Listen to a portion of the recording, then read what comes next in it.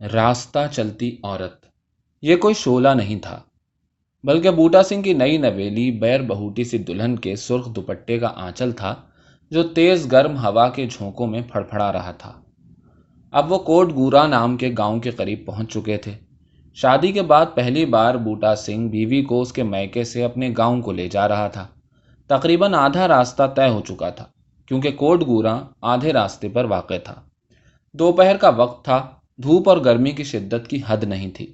کوٹ گورا کے لوگ انتہائی گرمی کا یہ وقفہ کسی قدر آرام سے گزارنے کے لیے گاؤں کے باہر شریح کے اونچے اور گھنے پیڑوں کے جھنڈ کی چھاؤں تلے گزارتے تھے۔ چنانچہ اس وقت بھی وہ وہاں جمع ہو کر اپنے اپنے مشاغل میں مصروف تھے۔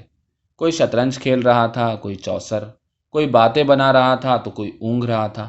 بعض لوگ گھروں سے ہلکی پھلکی چارپائیاں اٹھا لائے تھے اور بعض زمین پر ہی بوریاں بچھائے ہوئے تھے۔ البتہ جگیر سنگھ اپنے لفنگے ساتھیوں کے ساتھ الگ محفل جمائے ہوئے تھا۔ وہ محض جوان ہی نہیں تھا، بلکہ سچ مچ دم خم کا مالک تھا اور اپنے چیلے چپاٹوں میں سب سے ممتاز تھا۔ کچھ دن پہلے تیز و تند آندھی کے طوفان میں شیریں کے اونچے پیڑ کی ایک بھاری بھرکم ڈالی چرچرا کر زمین پر آ گری تھی۔ جگیر اور اس کے 8-10 ساتھی اسی سے ٹیک لگائے کھڑے تھے۔ اس وقت وہ محض آپس کی گپ شپ سے محظوظ ہو رہے تھے۔ جگیر اپنی 1 فٹ کی کرپان سے ایک چھوٹی سی شاخ کو بائیں ہاتھ میں تھامے آہستہ آہستہ چھیل رہا تھا۔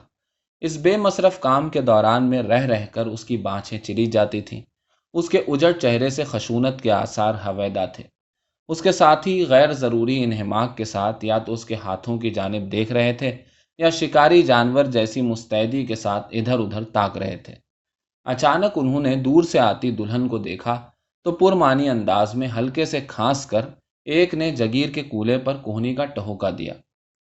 پیہا یعنی وہ چوڑی راہ گزار جس پر بوٹا سنگھ اپنی بیوی کے ساتھ چلا آ رہا تھا، پیڑوں کے اس جھنڈ کے قریب سے ہی گزرتی تھی۔ سامنے کچھ فاصلے پر گرودوارے کی چھوٹی سی عمارت دکھائی دے رہی تھی۔ اس کے گنبد پر ایک جھنڈا لہرا رہا تھا جس کا رنگ کبھی گہرا زرد رہا ہوگا، تاہم اس پر ایک چکر، 2 کرپانوں اور ایک کھڑے کھنڈے کا نشان اب تک معدوم نہیں ہوا تھا۔ وہاں پر موجود ایک بھی شخص ایسا نہیں تھا جس کی نظر بے اختیار اس دلہن کی طرف نہ اٹھ گئی ہو، جو ایسی دکھائی دیتی تھی جیسے ابھی ابھی کسی باکمال کمہار کے چاک سے اتاری گئی ہو۔ جگیر اور اس کے ساتھیوں کی نگاہیں تو گویا دلہن کے چندن سے بدن پر پیوست ہو کر رہ گئیں۔ جیسے جیسے دلہن قریب آتی گئی، یہ حقیقت اور بھی واضح ہوتی گئی کہ لڑکی واقعی نایاب تھی۔ اس کے آگے چلتے ہوئے بوٹا سنگھ کی شان بھی نرالی تھی۔ دیکھنے میں وہ کوئی لہیم شہیم کڑیل جوان نہیں تھا۔ اس کا قد میانہ، جسم میں گہرا اور تیور مردانہ تھے۔ چال میں ناک کا سا لہرا تھا۔ دوہرے شملے والی پگڑی سے کچ کلاہی ٹپکتی تھی۔ سانولے سلونے چہرے پر عجب دمک تھی۔ ہاتھ میں ہلکی پھلکی لاٹھی تھی۔ جب یہ جوڑا ان سب لوگوں کے سامنے سے گزر رہا تھا تو یکایک جگیر سنگھ ایک خاص انداز سے کھانس اٹھا۔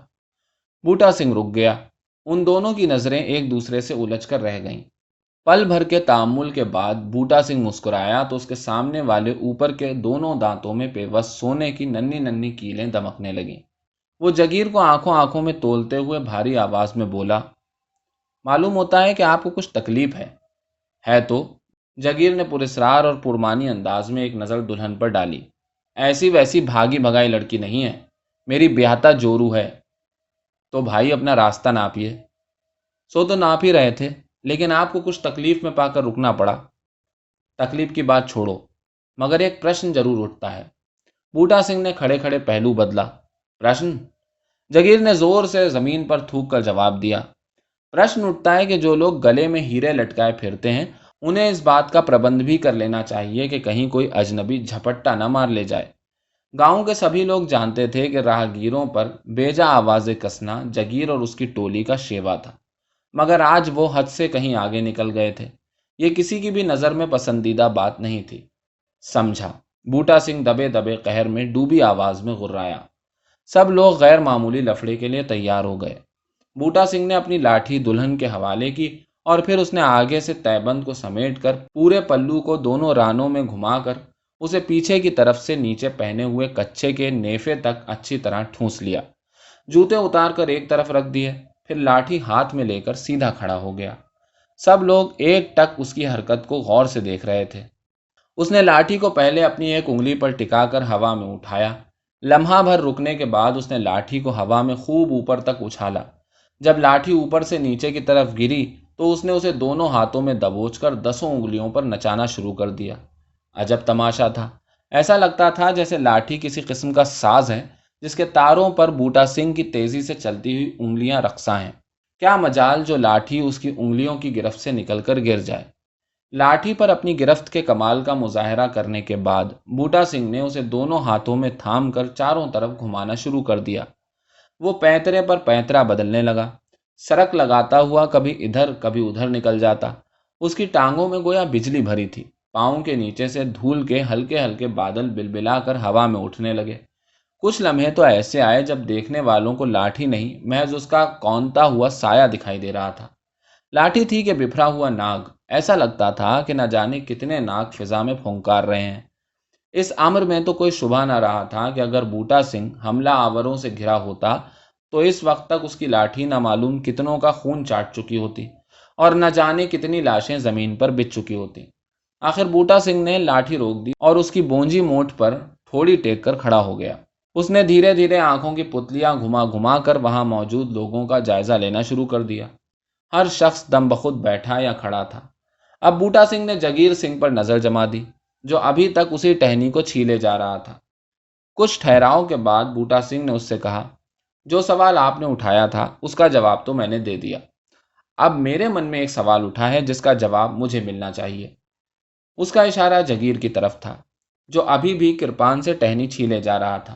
بوٹا کہتا گیا، یہاں سے آگے بڑھنے کے بعد جو ہوگا اس سے تو میں نمٹ لوں گا، لیکن سوال یہ ہے کہ اس گاؤں میں بھی تو کوئی نہ کوئی اپنے باپ کے تخم سے اور اپنی ماں کا لال ہوگا جس کے دل میں پرائے ہیرے اڑانے کا چاؤ ہوگا۔ اس سے آگے بوٹا سنگھ جو کہنا چاہتا تھا وہ یا تو اس نے جان بوجھ کر یا انجانے طور پر نہیں کہا، پھر بھی اس کی بات ادھوری ہونے پر بھی مکمل تھی۔ ظاہر تھا کہ یہ جگیر کے لیے کھلا چیلنج تھا۔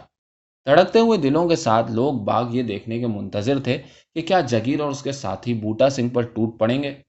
اب جگیر کرپان ہاتھ سے رکھ کر قدم بقدم بوٹا سنگھ کی طرف بڑھا اور قریب پہنچ کر مسکراتے ہوئے گہری آواز میں بولا، سردار جی، اس گاؤں میں نہ تو کوئی اپنے باپ کے تخم سے ہے اور نہ اپنی ماں کا لال ہے۔